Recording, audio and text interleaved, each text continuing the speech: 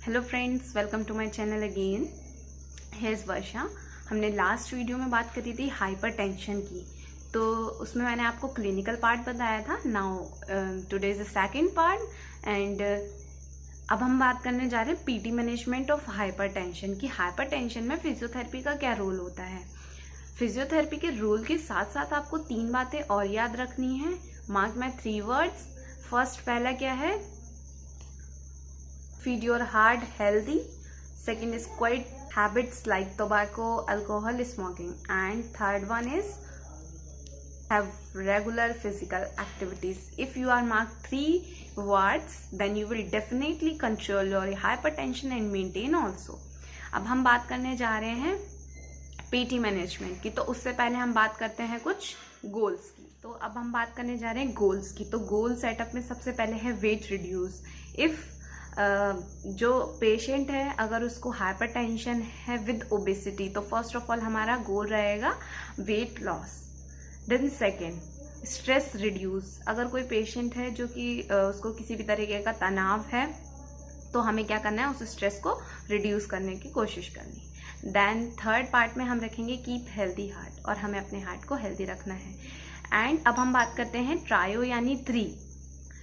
First है हमारा physical therapy, then pharmacological therapy, and third is food control. If you mark 3 words, then you definitely maintain and improve also your hypertension and quality of your life also.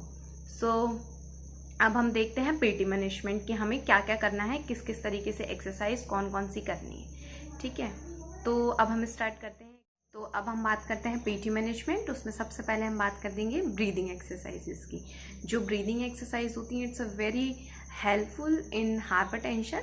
जब हम breathing exercise की बात करते हैं तो it is the good supply to the prevent any ischaemic heart disease and myocardium blood supply. Myocardium जो होती है वो हमारी हार्ट की लेयर होती है, कवरिंग होती है। When we doing breathing exercise, जब हम ब्रीदिंग एक्सरसाइज करते हैं तो उससे हमारी जो मायोकार्डियम लेयर होती है उसको प्रॉपरली ब्लड सप्लाई होता है, और जिसके वजह से हार्ट का जो फंक्शन है वो इम्प्रूव होता है और हमें बहुत ही बेनिफिशियल होता है।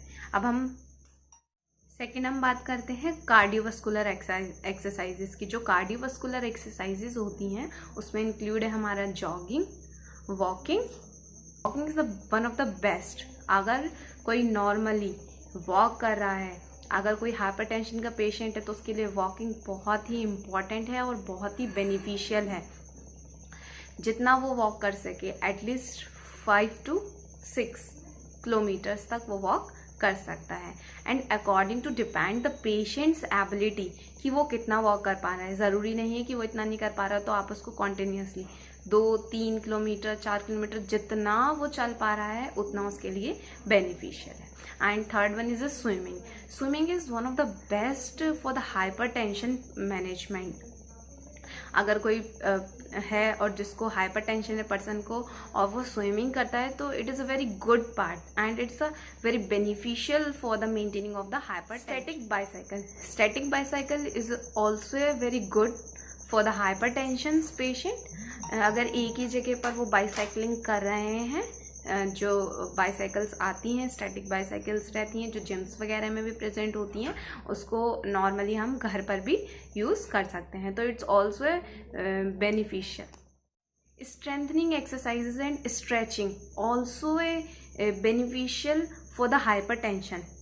अगर कोई पेशेंट है, अगर उसको हाइपरटेंशन है और हम उसको स्ट्रेंथनिंग कराते हैं for the major group of muscles, जो लार्ज मसल्स हैं उसकी स्ट्रेंथनिंग, जैसे क्वाड्रिसेप हो गई हमारी, ठीक है, बाइसेप ट्राइसेप्स हो गई, मतलब ऐसी मसल्स जिनकी हम स्ट्रेंथनिंग ईजिली करवा सकते हैं, अगर आप उससे करवा रहे हैं तो वो भी बहुत ही बेनिफिशियल है। हाई सिटिंग में आप वेट रेजिस्टेंस के साथ कुछ भी आप उसको मूवमेंट करने के लिए बोल रहे हैं, तो it's a very beneficial.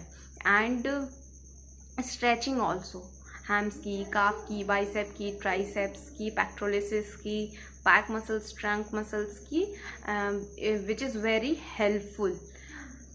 Strengthening and stretching, it's not a small part, it's a very vast part. I only suggest you that you also do strengthening and stretching. If you need, I will tell you in a detail about strengthening and stretching. तो you can comment me and suggest me. आप मुझे बता सकते हैं, जिसकी वजह से फिर मैं आपको फर्दर उसको अलग से एक वीडियो में आपको समझा सकूं. बट मैंने यहाँ पर सिर्फ मेंशन किया है. तो स्ट्रेंथनिंग, स्ट्रेचिंग, एरोबिक्स एक्सरसाइज करा सकते हैं, ब्रीदिंग एक्सरसाइज करा सकते हैं, स्टैटिक बाइसाइकिल करा सकते हैं, और ब्रीदिंग में भी डायनेमिक एंड स्टैटिक ब्रीदिंग्स. तो ये मैंने आपको बताया है कि ये आप करवा सकते हैं. Now we can see some small practical part अब हम देखते हैं. So if we are talking about stretching and strengthening, then it's a very good effect on hypertension, and it is a very important part of this session. So I'm gonna tell you, stretching and strengthening both we can do itself also. If therapist can done, it's good, and you also can do stretching and strengthening. So you can. आज मैंने आपको hypertension का PT management बताया है with many activities. If you think my video is very informative and helpful to you, so please don't forget to subscribe my channel and press the thumb like button on your screen. And if you know, if someone needs, so please share this video with them, and don't forget to press the bell icon button, so instant notification you get. Thank you. मेरा आज का topic यहीं finish हुआ. Mark my words, if you are doing like these activities and like jogging, walking, swimming, and static bicycles, breathing exercise, stretching and strengthening also, so if you feel that it is triggered your activities, so you can stop and take rest. Mark my words, if you feel difficulty, so please take rest. After the some time you can also play